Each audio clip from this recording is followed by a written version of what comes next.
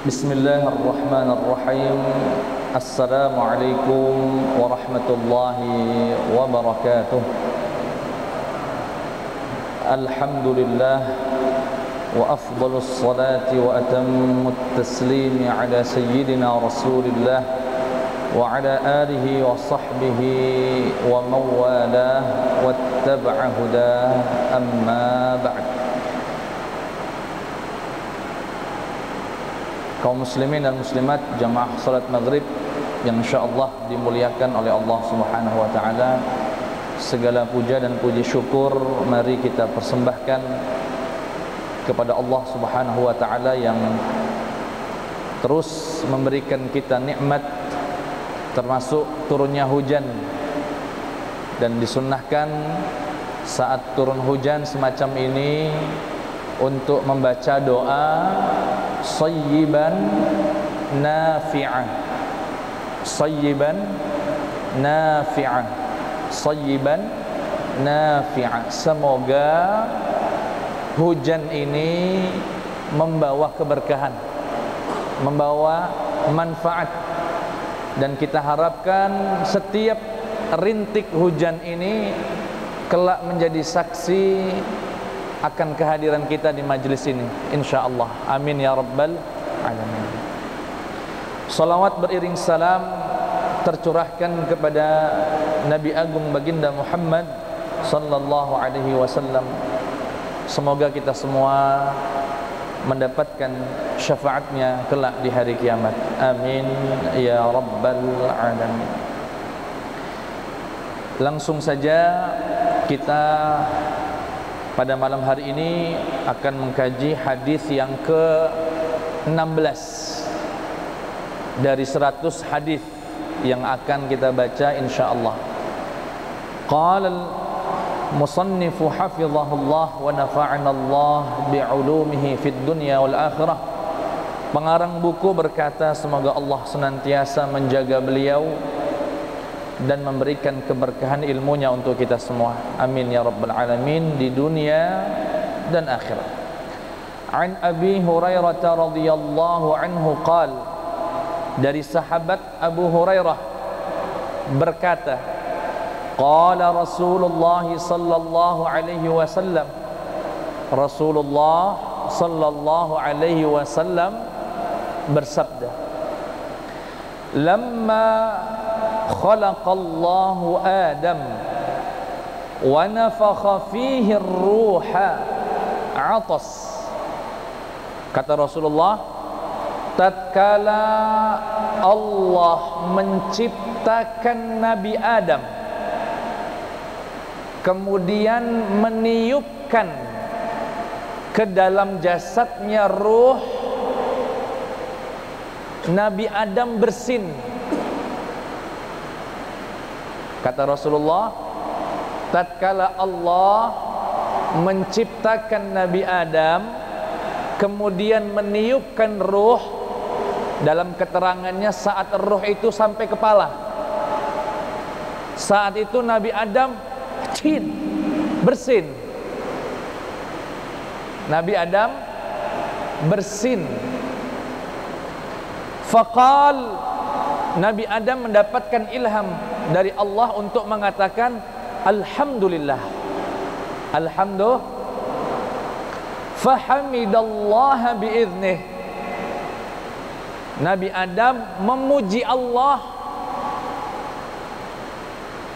atas dasar izin dari Allah Subhanahu wa taala. Jadi Nabi Adam itu tatkala ditiupkan ruh, bersin dia. Kurang lebih begitu ya. Kemudian membaca alhamdulillah. Nah, beliau bisa mengucapkan alhamdulillah itu karena izin dari Allah Subhanahu wa taala. Faqala lahu rabbuh. Kemudian Allah menjawab pujiannya Nabi Adam tadi. Apa itu? Rahimakallahu ya Adam. Semoga Allah merahmatimu ya Adam. Kemudian Allah berkata kepada Nabi Adam alaihi salam. Ini sebelumnya suaranya jelas Pak ya? Jelas ya? Yang di pojok jelas. Insyaallah. Ibu-ibu jelas ya sana. Kan takutnya sudah nerjemahin hadis panjang, ujung-ujungnya tidak didengar. Kalau yang di online insyaallah karena mic-nya langsung tersambung insyaallah bagus. Insyaallah. Kemudian tatkala Allah sudah menjawab rahimakallah, beliau memerintahkan Nabi Adam, "Idhhab ila haula'il malaikah ila mala'in minhum julusin." Kata Allah, "Ya Adam, pergilah ke mereka para malaikat, sebuah kelompok dari malaikat yang sedang duduk-duduk. Berangkat ke sana ya Adam. Faqul, katakan kepada mereka, assalamu alaikum. Assalamu alaikum." Agak mirip dengan hadis yang sebelumnya. Qalu, malaikatnya menjawab, atau para malaikat menjawab, wa alaikassalamu wa rahmatullah, dan atasmu ya Adam keselamatan dan rahmat Allah subhanahu wa ta'ala. Thumma raja'a ila rabbih. Setelah itu Nabi Adam kembali ke Allah. Setelah bertemu dengan malaikat, mengucapkan salam, mendapatkan jawaban, kembali menjumpai Allah subhanahu wa ta'ala. Faqal, kemudian Allah berkata kepada Nabi Adam, hadhihi tahiyyatuk wa tahiyyatu banik bainahum. Ya Adam, salam yang seperti tadi, yang seperti kau ucapkan ke malaikat, kemudian malaikat ucapkan kepadamu, akan menjadi cara penghormatan untukmu dan cara penghormatan antara keturunan-keturunanmu. Artinya sejak hari itu sampai hari kiamat, cara salamnya orang muslim kepada satu yang lain, assalamu alaikum warahmatullahi wabarakatuh, dan seterusnya. Setelah itu Allah berkata kepada Nabi Adam, faqala Allahu lah. Kemudian Allah berkata kepada Nabi Adam, wa yadahu maqbudatan ikhtar ayyahuma syi'ta. Qala ikhtartu yamina rabbi wa kilta yaday rabbi yaminun mubarakah. Thumma basataha fa idza fiha Adam wa dhurriyyatuh. Kemudian Nabi Adam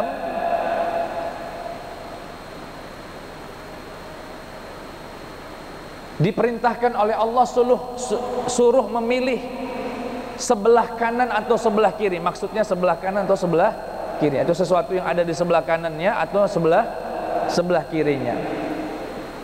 Ada ungkapan di sini yang kami coba jelaskan maksudnya. Kata Allah, ikhtar ayyahuma syi'ta, ya Adam, pilih yang kanan atau yang kiri. Kata Nabi Adam, saya milih yang kanan. Dan insya Allah kedua-duanya kalau itu pilihan dari Allah pasti bagus, pasti berkah. Tapi Nabi Adam memilih yang sebelah kanan. Ketika yang sebelah kanan dibentangkan, dihamparkan, Nabi Adam melihat sosok dirinya sendiri seperti dirinya dan keturunan-keturunannya. Artinya Nabi Adam ketika disuruh merintah sebelah kanan atau sebelah kiri, beliau milih yang kanan, kemudian dibentangkan, melihat di sana keturunan-keturunannya. Faqal, ay Rabbi ma haula. Nabi Adam kemudian bertanya, itu siapa mereka ya Allah? Siapa mereka itu? Kata Allah, haula'i dzurriyyatuk. Itu semua keturunanmu kelak sampai hari kiamat. Itu keturunanmu ya Adam sampai hari kiamat. Fa idza kullu insanin maktubun umruhu baina 'ainaihi fa idza fihim rajulun adwa'uhum aw min adwa'ihim. Ketika Nabi Adam melihat keturunan-keturunannya itu, di antara dua mata ini tertulis jumlah umur masing-masing. Si fulan ada yang 10 tahun, ada yang 20 tahun, ada yang 100 tahun, ada yang 200 tahun, ada yang 1000 tahun. Umur jatah hidupnya di dunia semuanya sudah dijatah sama Allah Subhanahu wa ta'ala. Fa idza fihim rajulun adwa'uhum. Namun Nabi Adam terkesima dengan salah satu di antara mereka yang bercahaya wajahnya. Dari keturunannya itu ada salah satu di antara yang bercahaya. Siapa dia? Bertanyalah Nabi Adam, "Ya Rabb, man hadha?" Ya Allah, siapa ini yang bercahaya itu? Kata Allah, "Qala hadza ibnuka Daud." Ini anakmu nanti, namanya Daud alaihi salam. Nabi Daud maksudnya. Nabi Daud alaihi salam. Ini hadisnya panjang banget ya, belum selesai. Masih redaksi hadis. Wa qad katabtu lahu umra 40 sanah. Itu anakmu ya Adam, namanya Daud, sudah aku jatah umurnya 40 tahun. Nabi Daud diberi jatah umur berapa? 40 tahun. Qala ya Rabb, zidhu fi umrih. Ya Allah, duhai Tuhanku, kata Nabi Adam, tambah umur anakku, keturunanku ini, tolong ditambah. Qal dzaka alladhi kutiba lah. Kemudian Allah berkata, itulah jatahnya yang sudah dicatat untuk Nabi Daud. Qala ya Rabb. Qal, kemudian Nabi Adam kembali berdoa, Rabbi fa inni qad ja'altu lahu min umri 60 sanah. Ya Allah, kumohon ambil jatah umurku 60 tahun untuk Daud alaihissalam.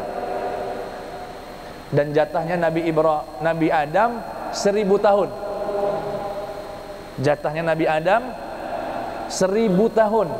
Beliau berdoa, ya Allah, ambil saja 60 tahun untuk Nabi Daud, anakku Nabi Daud alaihissalam. Allah berkata, anta wa dzak. Baik, kata Allah subhanahu wa ta'ala, ya, kamu mendapatkan apa yang kamu mau. Qal, kemudian Rasulullah berkata, thumma uskinal jannata ma syaa Allah thumma uhbita minha fakana Adam ya'uddu li nafsihi.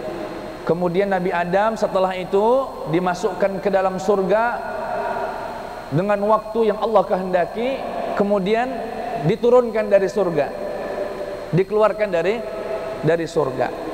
Setelah di dunia, Nabi Adam ngitung-ngitung umurnya. Ketika umurnya 940 tahun, berapa? 940. Fa'atahu malakul maut. Malaikat pencabut nyawa datang. Faqala lahu Adam qad ajilt. Kemudian Nabi Adam berkata, malaikat maut, kamu datangnya terlalu cepat. Saya itu masih punya 60 tahun lagi. Masih punya 60. Kan jatah saya 1000. Jatah saya 1000. Sekarang baru 940. Qad kutiba li alfusana. Sedangkan jatahku 1000 tahun. Malaikat, kamu datangnya cepat, terlalu cepat. Bala, betul, jatahmu memang 1000 tahun. Walakinnaka qad ja'alta li ibnika Daud 60 sanah. Tapi tahukah kamu pernah minta dikurangi 60 tahun yang kau berikan kepada anakmu Daud alaihissalam. Pernah minta dikurangi 60 tahun. Fajahadat dzurriyyatuh wa nasiyat dzurriyyatuh. Intinya Nabi Adam ini lupa rupanya. Lupa pernah ngasih 60 tahun. Qal famin yaumi idzin umira bil kitabi wasyhud. Sejak hari itulah semua catatan ditulis dan semuanya dipersaksikan. Artinya sempat ada dialog sebelum Allah mencatatkan itu atau memerintahkan qalam untuk menuliskan takdir atau jatah umur. Hadis ini diriwayatkan oleh banyak, di antaranya diriwayatkan oleh Imam At-Tirmidzi, diriwayatkan oleh Imam Ibnu Khuzaimah, ya, juga diriwayatkan sejenisnya oleh Imam Ahmad Ibnu Hanbal dalam musnadnya dan seterusnya. Bapak Ibu yang dimuliakan Allah, hadis-hadis semacam ini hadis yang membahas tentang keghaiban. Terjadi dulu. Sekali lagi, sesuatu yang gaib bagi seorang muslim hanya bisa didapatkan informasinya melalui wahyu. Kalau nggak ada wahyu ini, nggak ada hadis ini, nggak tahu kita. Mungkin kita kira itu dongeng, tapi begitulah informasi dari Nabi kita, Nabi Muhammad sallallahu alaihi wasallam, ya. Dan kita percaya dengan itu, sebagaimana dikabarkan oleh Nabi Muhammad, karena beliau wa ma yantiqu 'anil hawa in huwa illa wahyun yuha. Nabi Muhammad enggak pernah berbicara dari nafsunya, enggak pernah. Semua yang keluar dari lisan Rasulullah wahyu Allah Subhanahu wa taala. Sudah. Amanna bih. Sami'na wa amanna bih. Kita dapat dengar informasinya, kebetulan hadisnya juga sebagian ulama mensahihkannya, kita iman kepada hal semacam itu. Walaupun apakah yang mengingkarinya kafir atau tidak, khilaf di antara ulama. Bukan itu bahasan kita. Ada beberapa hal yang bisa kita jelaskan dari hadis ini, namun kami mungkin hanya memilih beberapa saja. Di antaranya, tatkala Allah ciptakan Nabi Adam, kemudian meniupkan ruh, Nabi Adam itu atas. Atas itu bersin. Kemudian beliau berkata alhamdulillah. Kemudian Allah memberikan jawaban rahimakallah au yarhamukallah, boleh. Jadi Bapak Ibu yang dimuliakan Allah, pesan yang pertama tadi, iman kepada keghaiban, selama itu bersumber dari Rasulullah, dari Al-Quran, kita imani, kita percaya, ya. Yang kedua ini, disunnahkan untuk menjawab bersinan orang muslim dengan syarat dianya sendiri baca alhamdulillah. Kalau dianya nggak baca alhamdulillah, tidak disunnahkan menjawab yarhamukallah. Nah, izinkan saya untuk membaca kitab lain dalam hal ini, karena ada dua bab. Pertama tentang menjawab bersin, yang kedua tentang salam, mengucapkan assalamualaikum warahmatullah. Ya.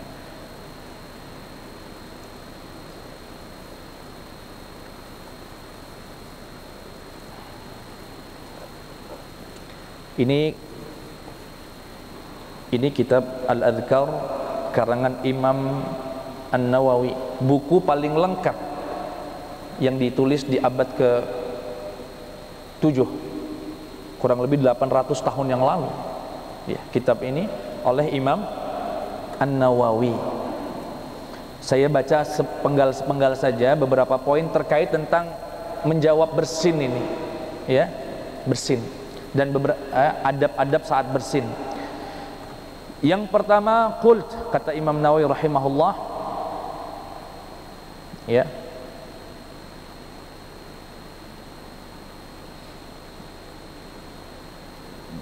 diriwayatkan dari Sahih Al-Bukhari, dari Sahih Bukhari, dari sahabat Abu Hurairah radhiyallahu anhu, dari Rasulullah sallallahu alaihi wasallam, beliau berkata, sesungguhnya Allah, innallaha yuhibbul utas wa yakrahu at-tatha'ub. Sesungguhnya Allah itu senang bersin dan tidak senang dengan sa'ub, tatha'ub. Tatha'ub itu nguap. Oh, gitu. Ya.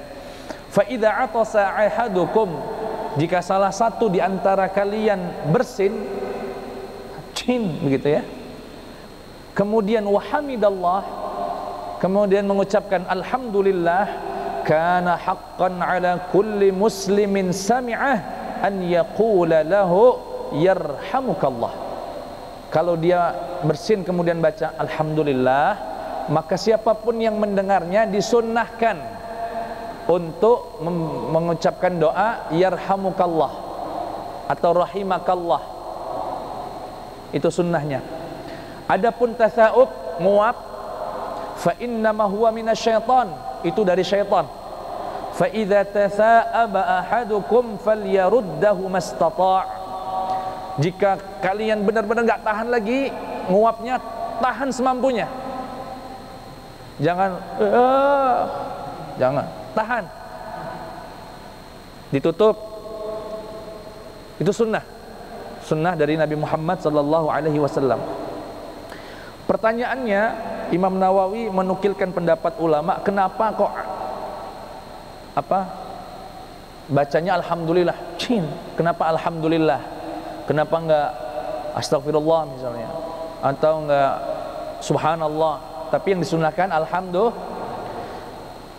Dikatakan qala ulama ma'nahu anna al-'utas sababuhu mahmud wa huwa khiffatul jism allati takunu liqillatil akhlaq wa takhfifil ghidha wa huwa amrun mandubun ilayh li'annahu yud'ifu syahwata wa yusahhilu at-ta'ata wa tatha'ubu bididdi dzalika wallahu alam. Sebagian ulama mencoba mencari hikmah kenapa kok bersin itu alhamdulillah. Kata para ulama, biasanya orang yang mudah bersin itu karena sedikit makan. Orang yang mudah bersin itu karena sedikit, dan sedikit makan itu sesuatu yang dimuliakan dalam syariat. Makanya nggak berlebihan itu disunnahkan dalam, atau dipuji, perbuatan yang dipuji dalam syariat. Kenapa? Karena orang yang makannya sedikit, artinya tidak berlebihan, itu akan melemahkan syahwatnya. Maksudnya tidak over syahwat. Ya, orang kalau makannya banyak, kemudian mohon maaf mengeluarkan energi, termasuk diantaranya syahwat, sedangkan dia tidak punya istri, kemana dia harus salurkan? Akhirnya akan menyulitkan dirinya, ya. Dan orang kemudian akan mempermudah taat. Adapun tatha'ub, nguap, itu rata-rata karena kebanyakan makan.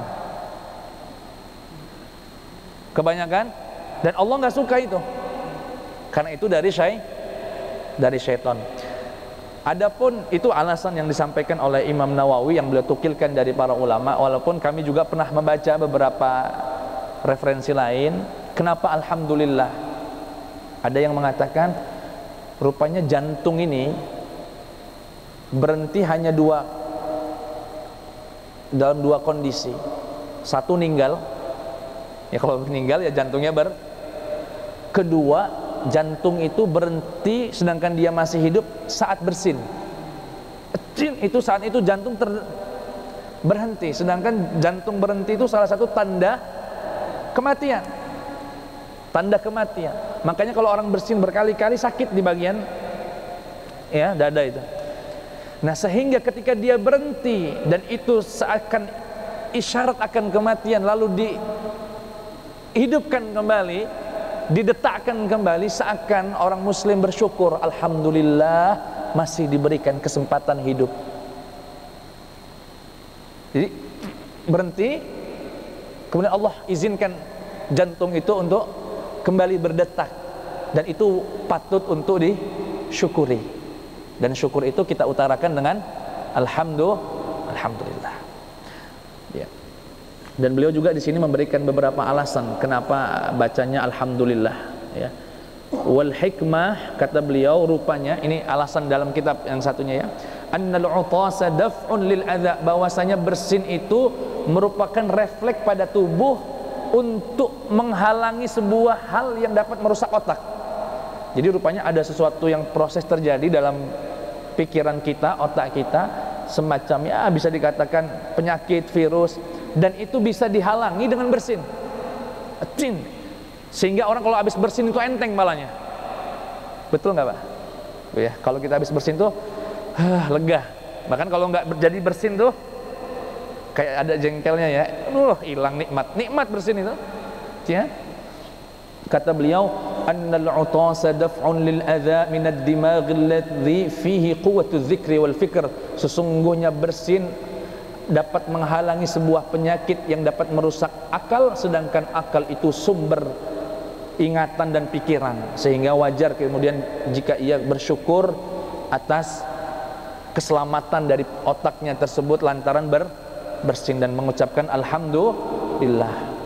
Adapun kenapa dia mengucapkan atau yang menjawab itu mengucapkan yarhamukallah, apa filosofinya kita memberikan doa kepada dia yarhamukallah kepada orang yang bersin?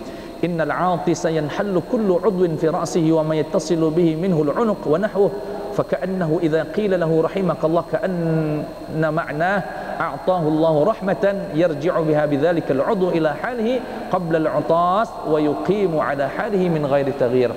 Bahwasanya seakan tatkala kita ucapkan yarhamukallah, semoga Allah merahmatimu, itu maksudnya semoga Allah memberimu rahmat, dan dengan rahmat itu Allah mengembalikan lagi kondisi tubuhmu seperti sedia kala. Yang tadinya sebelum bersin ada potensi sakit, kemudian bersin dia tidak menjadi sakit.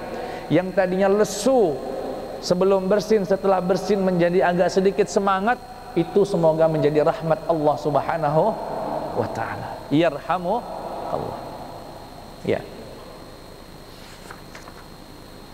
Tapi di sini disyaratkan ittafaqal ulama ala annahu yustahabbu lil 'atis an yaqula 'aqiba 'utasihi alhamdulillah.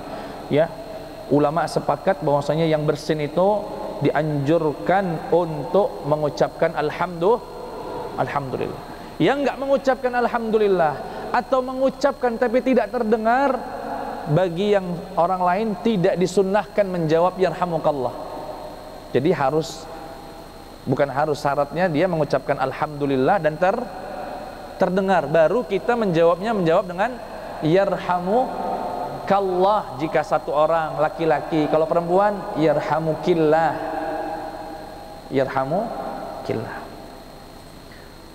Kalau bersinnya saat sholat, Ustaz, gimana kalau bersinnya? Dikatakan yustahabbu an yaqula alhamdulillah wa yusmi' nafsah. Disunnahkan juga untuk orang yang bersin di tengah sholat untuk membaca alhamdulillah, tapi untuk dirinya sendiri. Jangan cin alhamdulillah, enggak. Ya, tapi cin alhamdulillah. Cukup dirinya sendiri, ya. Itu. Kemudian disunnahkan saat bersin, as-sunnah idza ja'ahu al-'utas an yad'a yadahu aw thawbahu aw nahwa dzalika 'ala famih wa an yakhfid sautah. Bahwasanya sunnah kalau orang bersin untuk meletakkan tangannya lagi megang, pakai kainnya, pakai lengannya, pokoknya apapun diusahakan untuk ditutupi kalau bersin. Kemudian ini nih termasuk yang mungkin kita ini jarang mengamalkannya, untuk menahan diri nggak keluar suara keras. Kita ini kadang tanggung nian, enak nian kalau dikenceng gitu, ya, padahal sunnahnya an yakhfidha sautah, untuk meredakan suaranya. Nah, itu kurang lebih, ya, dan ditutup. Itu sunnah. Idza takarrara al-'utas min insanin mutatabi'an fa sunnatu an yushammitahu li kulli marratin ila an yablugha 3 marrat. Kalau bersinnya sering, alhamdulillah yarhamukallah. Enggak lama, alhamdulillah yarhamukallah. Disunnahkan untuk terus mengikuti sampai 3 kali. Di atas 3 kali nggak sunnah lagi, udah kebanyakan. Suruh keluar kayak corona, pamit. Ya. Kemudian bagaimana jika yang bersin orang Yahudi atau non Muslim? Dulu orang Yahudi itu sengaja betul dekat Rasulullah pengen bersin, biar Rasulullah doain dia. Dengan doa itu kan mustajab. Kemudian dia nanti dapat keselamatan, padahal dia Yahudi. Jadi mereka kanal yahudu yata'atasun, ini sengaja deketin Rasulullah, kemudian saling bersin, berharap Rasulullah mengatakan yarhamukallah, semoga Allah, atau yarhamukumullah, semoga Allah merahmati kalian. Tapi Rasulullah nggak jadi mengucapkan itu. Ketika mereka bersin di depan Rasulullah, yahdikumullah, semoga Allah memberimu hidayah. Semoga kalian mendapatkan hidayah. Wa yuslih balakum, dan semoga Allah memperbaiki diri kalian. Enggak jadi yarhamukumullah dan seterusnya. Ya. Baik, itu terkait tentang, jadi sunnahnya Bapak Ibu, intinya kalau ada orang bersin dan dia mengucapkan alhamdulillah dan kita mendengarnya, dianya sunnah mengucapkan alhamdulillah, bersyukur Allah Subhanahu wa taala memberikan kenikmatan. Itu nikmat, itu bersin itu nikmat.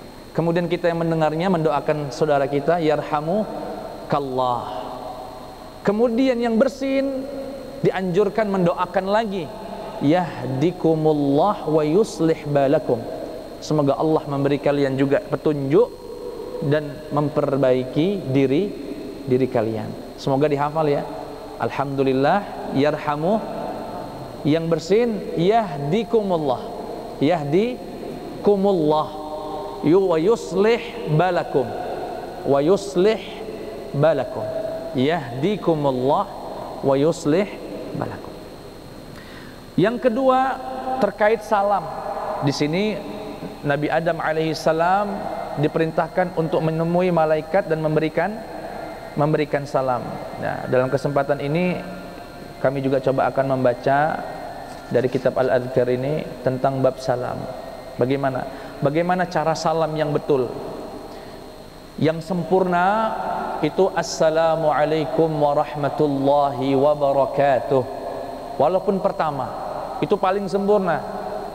Kurang dari itu ya assalamualaikum warahmatullah. Kurang dari itu assalamualaikum. Dalam hadis dikatakan, jika ada orang pernah datang seseorang memberikan salam assalamualaikum, cuma gitu saja, kata Rasulullah 10. Datang orang berikutnya assalamualaikum warahmatullah, kata Rasulullah 20. Datang orang ketiga assalamualaikum warahmatullahi wabarakatuh, 30. Tapi sunnahnya minimal assalamualaikum. Lebih sempurna lagi assalamualaikum warahmatullah. Lebih sempurna lagi assalamualaikum warahmatullahi wabarakatuh. Hukumnya sunnah untuk memulainya dan wajib menjawabnya. Tapi ini unik, meski dia sunnah tapi lebih baik dari yang wajib. Padahal wajib itu kaidah umumnya lebih baik daripada yang sunnah. Para ulama mengecualikan 4 hal, salah satunya salam ini. Karena kata Rasulullah, khairukum man bada'a bis salam, sebaik-baik di antara kalian adalah yang memulai mengucapkan salam. Meski dia sunnah, hukumnya sunnah memulainya, tapi itu lebih baik. Ya, lebih baik. Walaupun kata para ulama, rupanya lebih baiknya itu bukan karena sunnahnya saja. Selain dia mendapatkan pahala sunnah karena memulai salam, dia juga mendapatkan pahala wajib karena dia menyebabkan orang mendapatkan pahala wajib. Makanya lebih baik daripada yang sekedar menjawab yang hanya mendapatkan pahala wajib saja. Ya.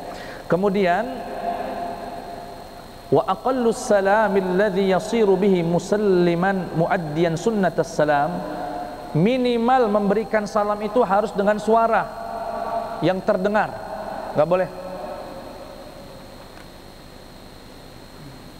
harus assalamualaikum warahmatullah, dan enggak boleh, makruh hukumnya pakai isyarat.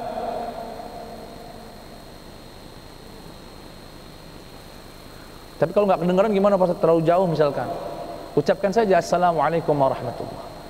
Dimakruhkan hanya memberikan isyarat. Kenapa? Karena isyarat dengan jari itu cara salamnya orang Yahudi. Memberikan salam dengan telapak tangan itu kebiasaannya orang Nasrani.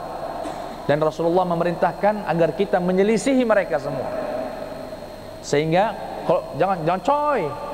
Jangan ulah. Ucapkan assalamualaikum, ya, dan harus terdengar Dan disebutkan di sini dalam sebuah hadis diriwayatkan oleh Imam Tirmidzi, "Laisa minna man tashabbaha bi ghairina", bukan di antara golongan kami yang menyerupai orang-orang Yahudi dan Nasrani.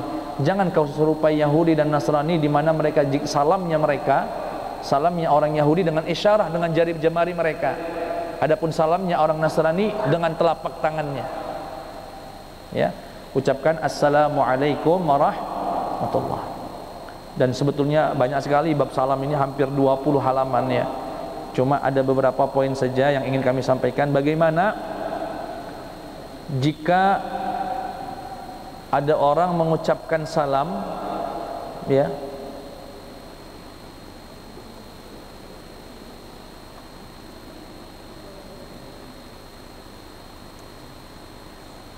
tapi dengan dibalik waalaikumsalam gitu. Kan ada tuh kadang-kadang bercandaan, kita belum mengucap salam, dia tahu-tahu waalaikumsalam. Dia sudah mengucapkan duluan waalaikum. Ada yang bercanda, ada yang mungkin tidak tahu. Bagaimana ini? Dikatakan qala al-mutawalli la yakunu dzalika salaman fala yastahiqu jawab.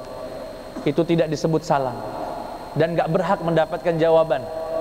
Kecuali sebagian ulama lihat, kalau mengucapkannya ada waalaikumsalam, baru ketemu waalaikumsalam katanya, ada wa-nya, enggak usah dijawab. Tapi kalau wa-nya enggak ada, waalaikumsalam, dijawab. Waalaikumsalam. Itu detailnya secara bahasa Arab ya. Kemudian Bapak Ibu yang dimuliakan Allah Subhanahu wa taala, beberapa hal yang dimakruhkan. Kapan salam itu dimakruhkan? Orang lagi kencing, jangan disalamin. Wong lagi buang air kecil, assalamualaikum katanya. Ya. Kemudian orang lagi makan dan kebetulan makannya lagi di mulut, assalamualaikum, salam. Ya, itu juga lagi sholat, lagi azan dan seterusnya. Itu termasuk lagi sibuk baca Quran. Ya, sibuk baca Al-Quran. Itu lebih utamanya menurut sebagian ulama tarkus salami alaih. Ya. Dan seterusnya lah, banyak sekali ya pembahasannya. Kalau orang non muslim yang ngucapin salam gimana Ustaz? Assalamualaikum warahmatullahi wabarakatuh misalnya. Jawab saja waalaikum. Jawab saja waalaikum. Dah. Titik. Ya. Ya, dengan bahasa-basi yang lain. Saya kira itu yang bisa disampaikan Bapak Ibu yang dimuliakan Allah Subhanahu wa taala. Panjang ya, bahas hadis ini panjang, tapi setidaknya ada beberapa hal yang bisa kita amalkan. Semoga tasymid tadi menjawab bersinan orang menjadi sunnah yang bisa kita amalkan. Alhamdulillah, yarhamukallah. Dijawab lagi, yahdikumullah wa yuslih balakum. Sampai di sini sudah azan? Sudah. Ya, sudah. Kalau ada yang ditanyakan satu pertanyaan mungkin silakan.